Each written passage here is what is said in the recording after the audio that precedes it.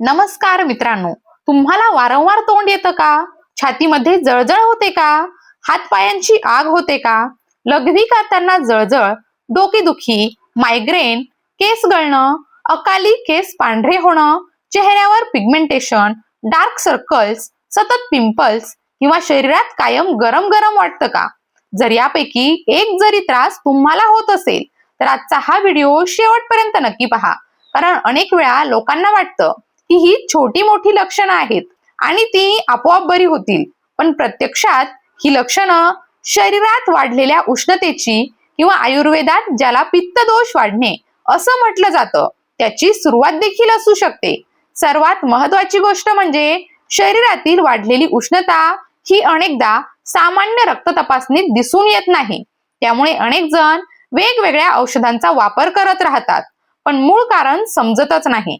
आजच्या या व्हिडिओमध्ये आपण जाणून घेणार आहोत शरीरातील उष्णता म्हणजे नेमकं काय, ती वाढल्याची सुरुवातीची लक्षणं कोणती, कोणत्या चुकीच्या सवयींमुळे हा त्रास वाढतो आणि शेवटी शरीराला थंडावा मिळण्यासाठी काही सोपे घरगुती उपाय.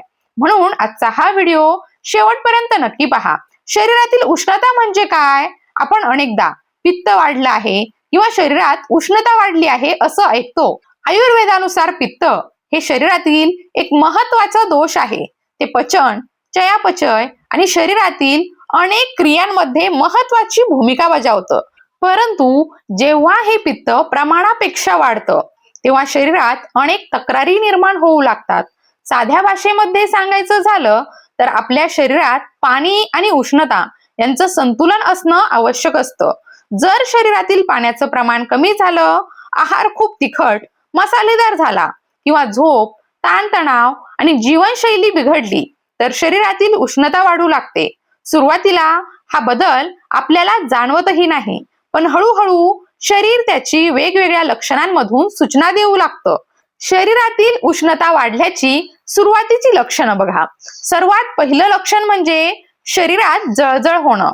अनेकांना छातीमध्ये आग होते, काहींना तळहात आणि तळपाय सतत गरम वाटतात, काहींना लघवी करताना जळजळ होते तर काहींना शौचाच्या वेळी त्रास होतो.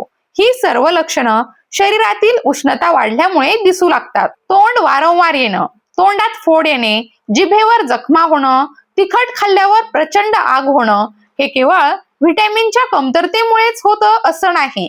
काही वेळा वाढलेलं पित्त देखील यामागे कारणीभूत असू शकतं. त्वचेवर परिणाम. शरीरातील उष्णता वाढली की तिचा परिणाम त्वचेवर देखील दिसू लागतो. चेहरा निस्तेज दिसणं, पिगमेंटेशन, डार्क सर्कल्स, सतत पिंपल्स येणं, त्वचेवर काळे डाग तयार होणं अशा अनेक समस्या दिसू शकतात. याचा अर्थ प्रत्येक पिगमेंटेशनचं कारण उष्णताच असते असं नाही, पण काही लोकांमध्ये हा एक महत्वाचा घटक असू शकतो. त्वचा आणि ओठ कोरडे पडणं. उष्णता वाढली की शरीरातील द्रव कमी होतो, त्यामुळे ओठ फुटणं, टाचांना भेगा पडणं, त्वचा कोरडी होणं, काही वेळा खाज किंवा जळजळ जाणवणं अशा तक्रारी देखील वाढू शकतात. केसांवर परिणाम. अनेक जण विचारतात, केस इतके का गळत आहेत? लहान वयात केस पांढरे का होत आहेत? यामागे हार्मोन्स, अनुवांशिकता, पोषणाची कमतरता, ताणतणाव यांसारखी अनेक कारणं असू शकतात. त्याचबरोबर आयुर्वेदानुसार वाढलेलं पित्त हे देखील काही लोकांमध्ये केसांच्या आरोग्यावर परिणाम करणाऱ्या घटकांपैकी एक मानलं जातं. आता प्रश्न असा, ही उष्णता वाढते तरी कशामुळे? कारण समजलं तर उपाय करणं सोपं होतं. चला आता सर्वात महत्वाच्या कारणांकडे वळूया. कारण क्रमांक 1, जेवणाच्या वेळा न पाळणं. आजकालची धावपळीची जीवनशैली, सकाळचा नाश्ता टाळणं, दुपारचं जेवण उशिरा करणं, कधी फक्त चहा, कधी बिस्किट, कधी वडापाव तर कधी दिवसभर काहीच नाही आणि रात्री भरपूर जेवण, ही सवय अनेकांच्या आयुष्यात सामान्य झाली आहे. आयुर्वेदानुसार भूक लागली म्हणजे शरीर अन्न पचवण्यासाठी तयार झालेलं असतं. त्यावेळी योग्य आहार न घेतल्यास पचनक्रियेवर परिणाम होऊ शकतो आणि दीर्घकाळ अशा सवयी राहिल्यास पित्त वाढण्यास हातभार लागू शकतो. कारण क्रमांक 2, तिखट आणि मसालेदार पदार्थ. आठवड्यातून एकदा खाणं वेगळं, पण रोजचं जेवण जर जास्त तिखट, तेलकट आणि मसालेदार असेल तर शरीरावर त्याचा परिणाम होऊ शकतो. फास्ट फूड, चायनीज, फरसाण, बेकरी पदार्थ, कोल्ड ड्रिंक्स, अति चहा, अति कॉफी हे पदार्थ वारंवार खाल्ल्यास पचन बिघडू शकतं आणि काही लोकांमध्ये उष्णतेच्या तक्रारी वाढू शकतात. कारण क्रमांक 3, पोट नीट साफ न होणं. जर रोज सकाळी पोट व्यवस्थित साफ होत नसेल तर शरीरात अस्वस्थता निर्माण होऊ शकते. बद्धकोष्ठतेमुळे पोट फुगणं, जडपणा, अपचन यांसारख्या समस्या वाढतात. म्हणून रोज पुरेसं पाणी पिणं, आहारात फळं, भाज्या आणि तंतुमय पदार्थ वाढवणं ही सवय खूप महत्वाची आहे. कारण क्रमांक 4, रात्री उशिरापर्यंत जागरण. आजकाल अनेक जण रात्री 12, 1 किंवा 2 वाजेपर्यंत मोबाईल, टीव्ही किंवा लॅपटॉप समोर वेळ घालवतात. दिवसभर काम करूनही रात्री सोशल मीडिया, वेब सिरीज किंवा गेम्समुळे उशिरा झोप लागते. झोप अपुरी राहिली की त्याचा परिणाम संपूर्ण शरीरावर होतो. थकवा वाढतो, पचनावर परिणाम होतो, डोकं जड वाटतं, चिडचिड वाढते आणि आयुर्वेदाच्या दृष्टिकोनातून अशा सवयींमुळे पित्तदोष बिघडण्यास मदत होऊ शकते. त्यामुळे शक्यतो रात्री लवकर झोपण्याचा प्रयत्न करा. झोपण्याच्या किमान 1 तास आधी मोबाईल किंवा स्क्रीनचा वापर कमी करा. कारण क्रमांक 5, ताणतणाव. आजच्या धावपळीच्या जीवनात ताण हा अनेकांच्या आयुष्याचा भाग झाला आहे. कामाचा ताण, आर्थिक चिंता, कौटुंबिक समस्या किंवा सततची काळजी याचा परिणाम फक्त मनावरच होत नाही तर शरीरावर देखील होतो. तणावामुळे काही लोकांमध्ये ऍसिडिटी, भूक न लागणं, डोकेदुखी किंवा झोपेच्या समस्या वाढू शकतात. म्हणून दररोज 10 मिनिटं शांत बसणं, प्राणायाम, ध्यान किंवा नामस्मरण करण्याची सवय लावा. कारण क्रमांक 6, औषधांचा अनावश्यक वापर. आज अनेक जण डॉक्टरांचा सल्ला न घेता वेदनाशामक औषधे आणि अँटीबायोटिक्स घेतात. कोणतेही औषध गरजेनुसार आणि वैद्यकीय सल्ल्यानेच घ्यावं. स्वतःहून वारंवार औषध घेणं योग्य नाही.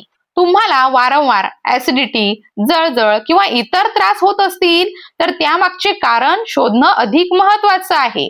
आता पाहूया काही सोपे उपाय. परंतु हे उपाय सामान्य आरोग्यदायी सवयींचा भाग म्हणून सांगितले जात आहेत. गंभीर किंवा सततचा त्रास असेल तर डॉक्टरांचा किंवा पात्र आयुर्वेदिक तज्ञांचा सल्ला नक्की घ्या. उपाय क्रमांक 1, पुरेसं पाणी आणि संतुलित आहार. शरीरामध्ये पाण्याची कमतरता होऊ देऊ नका. दिवसभर पुरेसं पाणी प्या.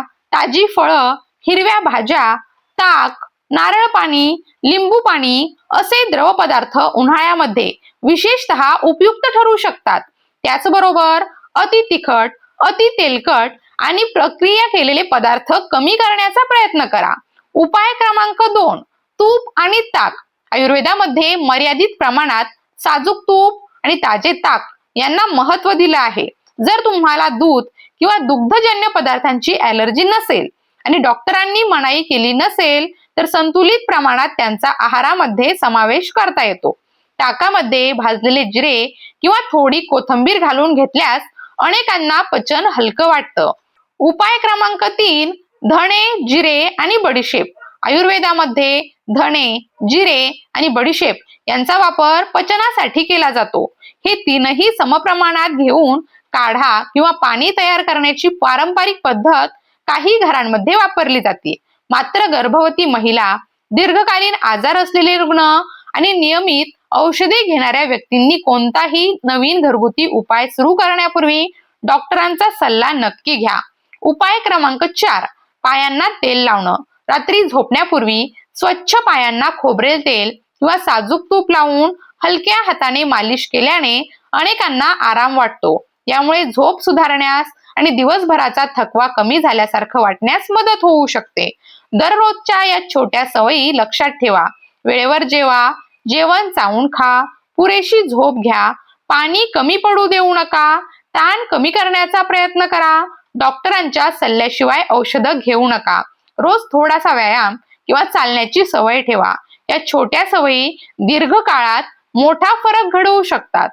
जर तुम्हाला सतत ताप, वारंवार रक्तस्राव, तीव्र पोटदुखी, वजन झपाट्याने कमी होणं, सतत उलट्या, काळी शौच किंवा इतर गंभीर लक्षणं दिसत असतील तर केवळ घरगुती उपायांवर अवलंबून राहू नका. त्वरित डॉक्टरांचा सल्ला घ्या. मित्रांनो, आपलं शरीर आपल्याला वेळोवेळी काही संकेत देत असतं.